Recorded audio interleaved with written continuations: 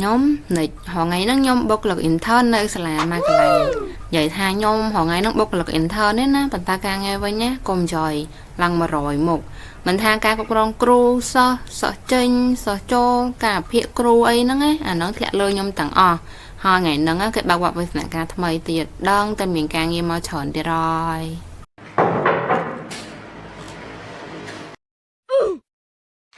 trời toàn phật phong là lỡ gọi mà đà bạn ní lượng nỉ dụ quát mua vịt chìa tật cô quát mua bạch chày mua ha sao tập bạch chày vịt chìa ta nó không sờ lá cũng áo ta miền system môi pra đây mày cứ hai thằng em làm bia ồ ca nghe chọn mà con thao mày to nữa ôi sao ôi sao ôi sao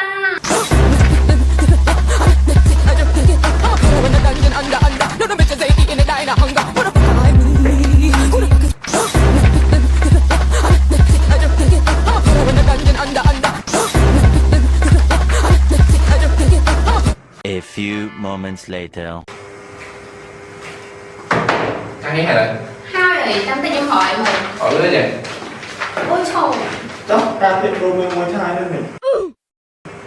ô nhưng phải bảo đấy nằng thao bao giờ ăn cái gì vậy chúng ta làm nè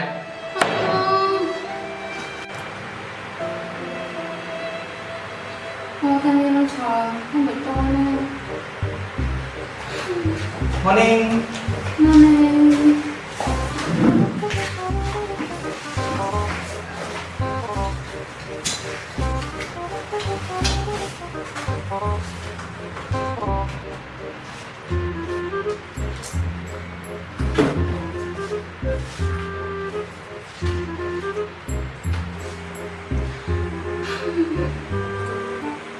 mấy này cứ stress khăn nè cái thợ to này khổ quá cho cái tròn sao hết cho cái tròn thấy ăn đông có ai được sang căng ngay mà ăn đông tròn như nhảy tiền nhưng có system mới nè mua system y đủ master KX này anh thở bán không ca công pro tên là người student này đi chọn បន្ទាប់ពីយើងបានពិភាក្សាគ្នាយ៉ាងម៉ត់ចត់យើងក៏បានសម្រេចចិត្តបង្កើតកម្មវិធី Edu Master KA Information System នេះឡើងដើម្បីដោះស្រាយបញ្ហាទូទៅនៅក្នុងវិស័យអប់រំដោយផ្ដល់នូវមធ្យោបាយទំនើបក្នុងការរៀបចំនិងគ្រប់គ្រងទិន្នន័យរបស់គ្រូបង្រៀនក៏ដូចជាសិស្សានុសិស្សឲ្យកាន់តែមានភាពងាយស្រួលនិងរហ័ស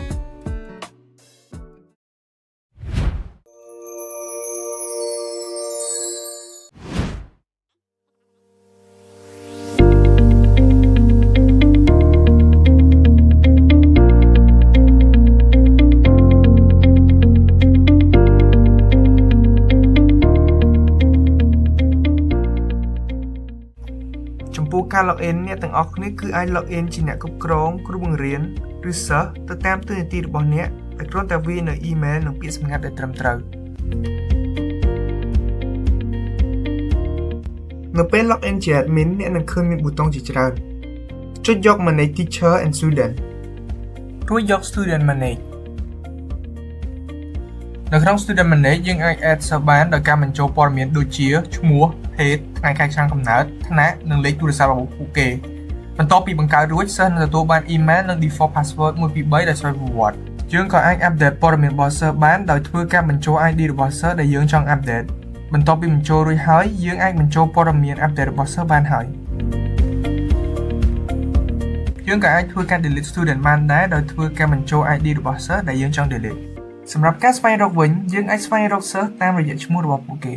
សម្រាប់ការសតយើងមាន3 mode default mode សតតាមឈ្មោះនិងសតតាមឋានៈសម្រាប់ teacher manage មានដំណើរការដូចទៅនឹង student ដែរខុសត្រង់ព័ត៌មានបញ្ចូលមួយចំនួនប៉ុណ្ណោះ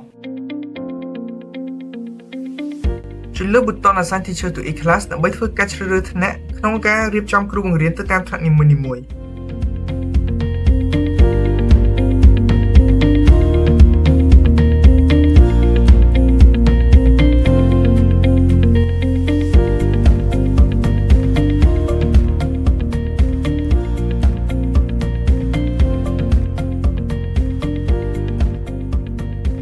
ក្នុង manage student score admin អាចធ្វើការត្រួតពិនិត្យទៅលើពិន្ទុរបស់សិស្សទៅតាមថ្នាក់នីមួយៗ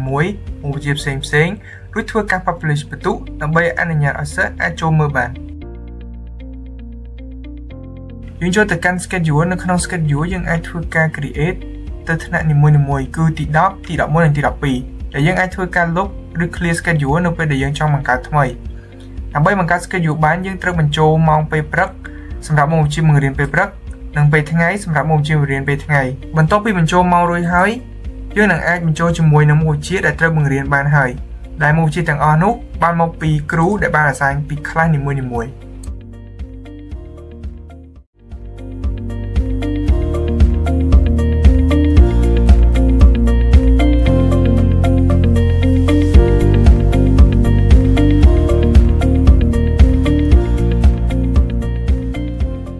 ឥឡូវនេះយើងធ្វើការ login ជា teacher វិញម្ដងនៅពេល login ជា teacher គឺ teacher អាចមើល profile របស់ខ្លួន manage score បង្កើត quiz និង assign homework បាននៅក្នុង profile teacher អាចមើលព័ត៌មានរបស់គាត់និងថ្នាក់ដែលគាត់ត្រូវបង្រៀនហើយគាត់ក៏អាចផ្លាស់ប្ដូរពាក្យសម្ងាត់និងមើលកាលវិភាគថ្នាក់ដែលគាត់ត្រូវបង្រៀនបានផងដែរនៅក្នុង manage score គ្រូអាចធ្វើការ manage បន្ទុកថ្នាក់ណាមួយដែលគាត់ត្រូវបង្រៀនបន្ទាប់ពីជ្រើសរើសថ្នាក់រួចគ្រូអាចដាក់បញ្ចូលនៅបន្ទុកសកម្មភាពក្នុងថ្នាក់និងបន្ទុក homework ដែលគាត់បានដាក់ឲ្យគ្រូក៏អាចធ្វើការស្វែងរកនៅសិស្សណាមួយតាមរយៈឈ្មោះរបស់ពួកគេហើយនឹងអាចធ្វើការលុបបន្ទុកដែលបានបញ្ចូលរួចទាំងអស់បានផងដែរចំពោះ manage quiz គ្រូអាចធ្វើការជ្រើសរើសថ្នាក់រួចជ្រើសរើស quiz ដែលគាត់ចង់បង្កើតគ្រូក្នុងមួយមុខវិជ្ជាអាចបង្កើត quiz បានចំនួន3ក្នុងការ create quiz គ្រូត្រូវបញ្ចូលនៅ deadline របស់ quiz រួចបញ្ចូលសំណួរចម្លើយដែលត្រឹមត្រូវមួយនិងចម្លើយខុស3ផ្សេងទៀតដើម្បីបន្លំ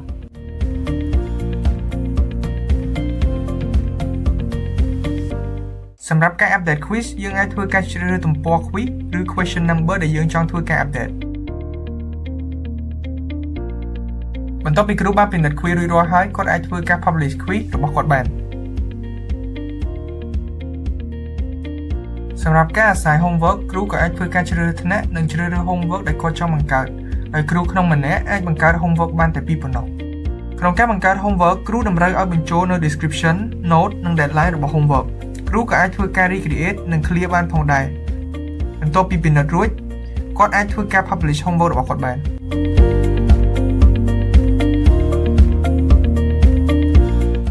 អញ្ចឹងយើងទៅ student ម្ដង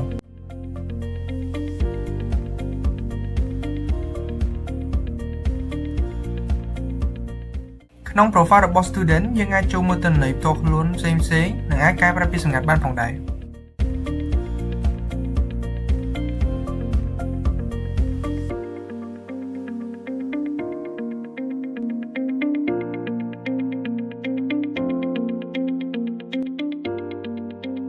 student ក៏អាចចូលមើលកាលវិភាគដែលខ្លួនត្រូវរៀនសម្រាប់ការចូលមើល homework student អាចជ្រើសរើសមុខវិជ្ជាដែលមានតែ homework អាចមាន1ឬ2អាស្រ័យទៅលើគ្រូដែលបានដាក់ឲ្យទៅតាមមុខវិជ្ជាសម្រាប់ការចូលធ្វើ quiz យើងអាចជ្រើសរើសមុខវិជ្ជាដែលមានដែលចំនួន quiz ក៏អាស្រ័យទៅលើគ្រូតាមមុខវិជ្ជាដែលបានដាក់ឲ្យផងដែរ quiz ដែលគ្រូបានដាក់ឲ្យជាប្រភេទ MCQ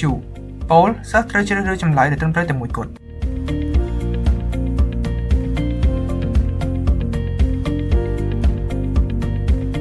បន្ទាប់ពីធ្វើ quiz ចប់យើងនឹងទទួលបានពិន្ទុនៃលទ្ធផល quiz ហើយពិន្ទុនឹងត្រូវបានបញ្ជូនទៅឲ្យគ្រូភ្លាមៗសម្រាប់ការបង្កើត schedule នៅក្នុង student គឺដូចគ្នាជាមួយនឹងការបង្កើត schedule នៅក្នុង admin តែគ្រាន់តែ student គឺអាចបង្កើត schedule បានដោយសេរីទៅតាមអ្វីដែលគេចង់បាន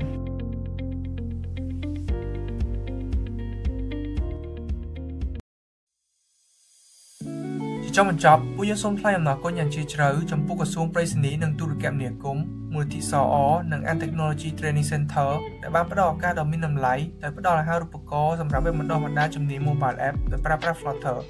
អាហារូបករណ៍នេះមិនត្រឹមតែជួយឲ្យពួកយើងបានស្វែងយល់បន្ថែមអំពី Flutter ប៉ុណ្ណោះទេប៉ុន្តែក៏ជាការលើកទឹកចិត្តដ៏អស្ចារ្យសម្រាប់បន្តអភិវឌ្ឍខ្លួនក្នុងវិស័យព័ត៌មានវិទ្យា